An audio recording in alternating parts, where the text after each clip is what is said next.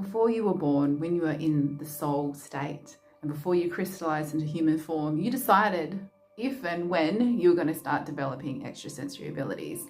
Then you went through the veils of Maya, so your physical mind, your conscious mind, has no memory of the choices that your soul made.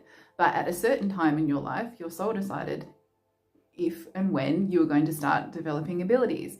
And then they come on, and then you don't realize that's what's happened, and you just feel overwhelmed. You just feel overwhelmed, like, what is happening to me? Why do I feel all these things that I never felt before? I am overwhelmed. This is because your energy centers are clearing and your receptors are expanding and taking in a lot more information than they used to. So then your brain has to try to process and integrate a lot more information than it used to when it previously, before this spiritual awakening and this activation happened. Now, one of the reasons I'm so passionate about sharing information about extrasensory abilities is because I started developing them and I had no clue. I was just very overwhelmed. This is why I try to help people so they at least know what's happening to them.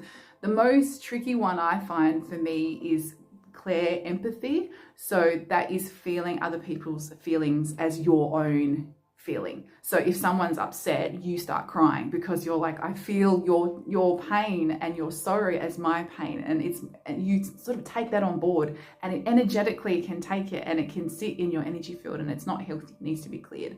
The most hardcore one is somatic empathy. Now, somatic empathy is a wonderful tool to use in my practice.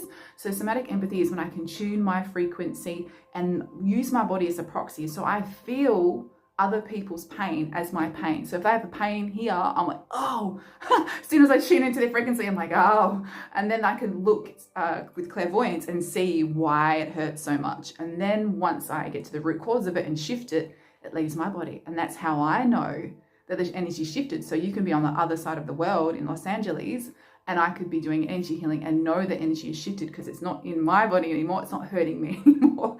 And then I can see it as well. But it's a really great tool to have. But walking around in public, no, it's not fun to have. You need to be able to switch them on and switch them off.